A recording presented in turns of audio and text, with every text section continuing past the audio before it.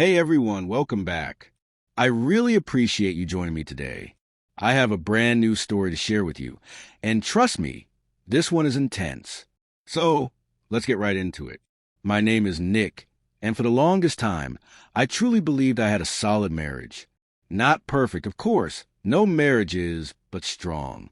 My wife, Audrey, and I had been together for years. We had been through our fair share of ups and downs, but we always managed to work through them. At least, that's what I thought.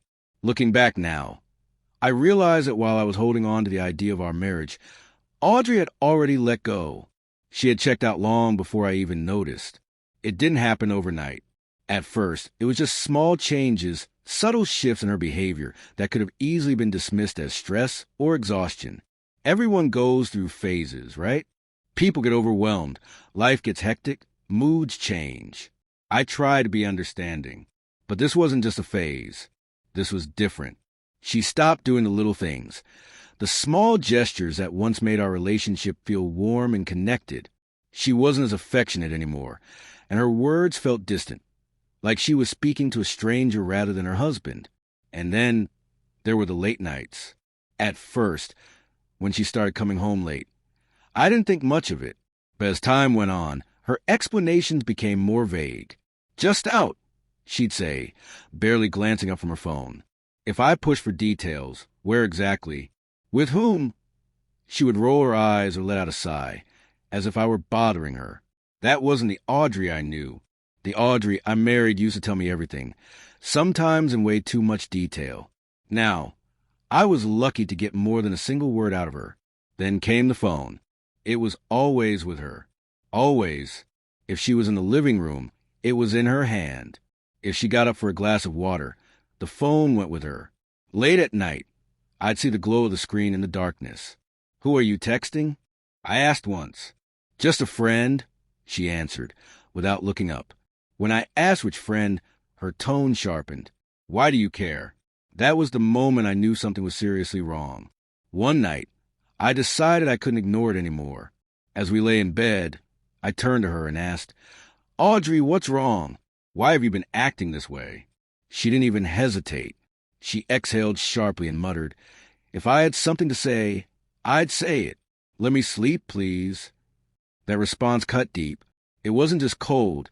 It was dismissive, like my concerns didn't even matter. But the real confirmation came a few days later, in the form of a phone call. It was from a friend. His voice was hesitant but firm. "Hey, man, I don't want to be that guy, but I think you should look into Audrey.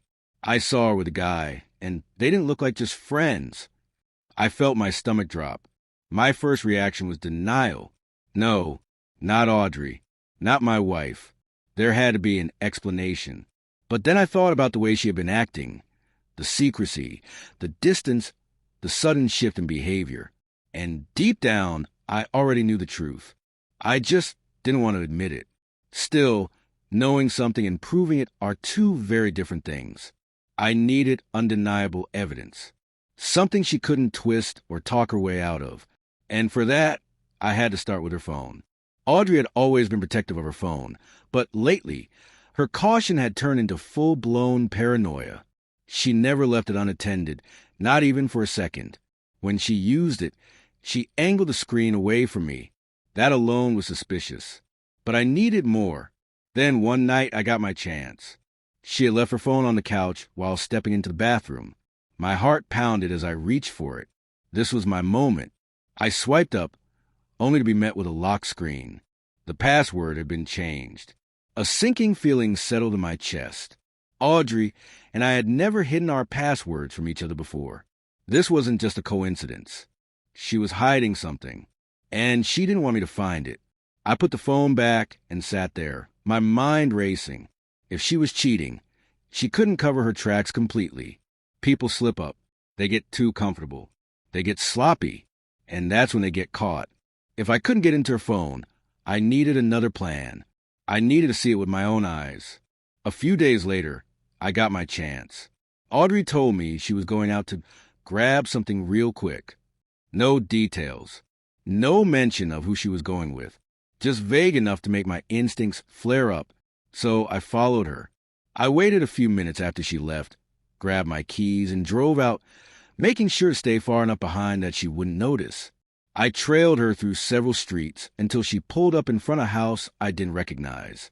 She got out, walked up to the door, and knocked with familiarity that told me she had done this before. The door opened. A man stood there, smiling at her. Without hesitation, Audrey stepped inside. I had my phone in hand, snapping pictures of everything. I didn't go in. I didn't call her. I didn't make a scene. I just sat there, staring at the house, watching the reality of my marriage collapse right in front of me.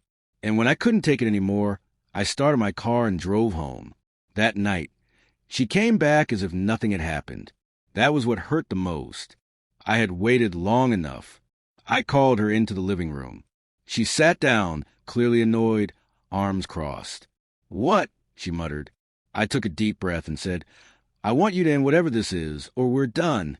Her frown deepened. "I don't know what you're talking about," she said, voice flat. "There's nothing going on." I pulled out my phone, turned the screen toward her, and let the pictures do the talking. For a moment, just a brief second, her face changed. She looked caught, but then almost instantly the guilt vanished. Her expression hardened. "You followed me?" she snapped. "That's crazy. You don't trust me.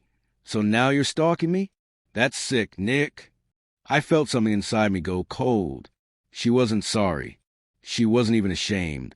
She was angry that she got caught. I exhaled, nodded to myself, and stood up. Got it. I didn't argue. There was no point. She had made her choice. The days that followed were silent. We lived under the same roof, but we were strangers. No small talk, no fake smiles. Just two people existing in the same space, waiting for something to happen. She never tried to explain, never tried to fix it, and I knew then that she never would. So, while she carried on pretending nothing had changed, I went to my lawyer's office and started the process. If she wanted to be with him so badly, she could have him, but I wasn't going to let her take me down with her. And then one morning, as I got ready for work, she approached me, something she hadn't done in weeks. "I'm making you dinner tonight," she said, her voice calm. I froze mid-button, my fingers pausing over my shirt. Audrey hadn't cooked for me in months. And now, out of nowhere, she wanted to make dinner? I turned to look at her.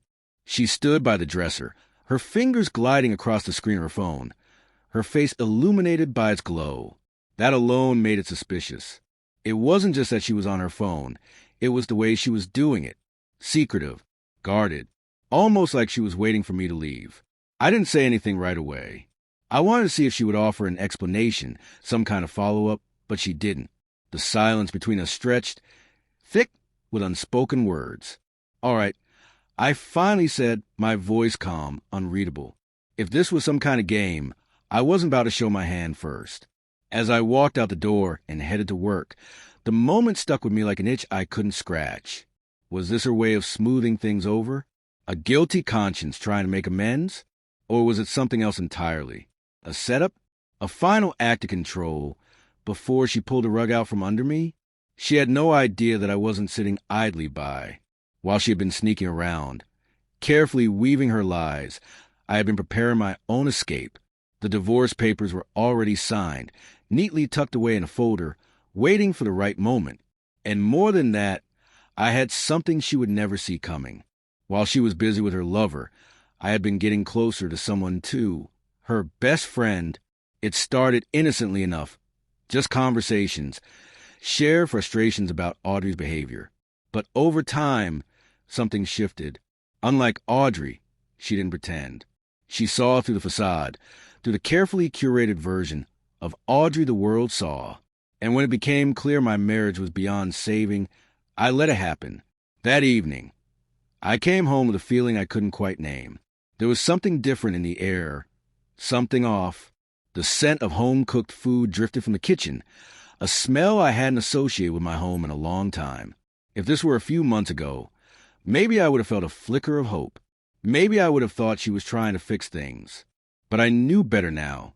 She moved through the kitchen with practiced ease, setting the plates, pouring the wine, smiling as if nothing was wrong. We ate mostly in silence.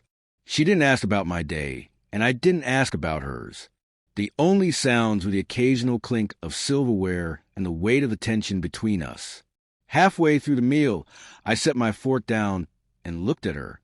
She was too calm, too composed, like someone who had already made up their mind.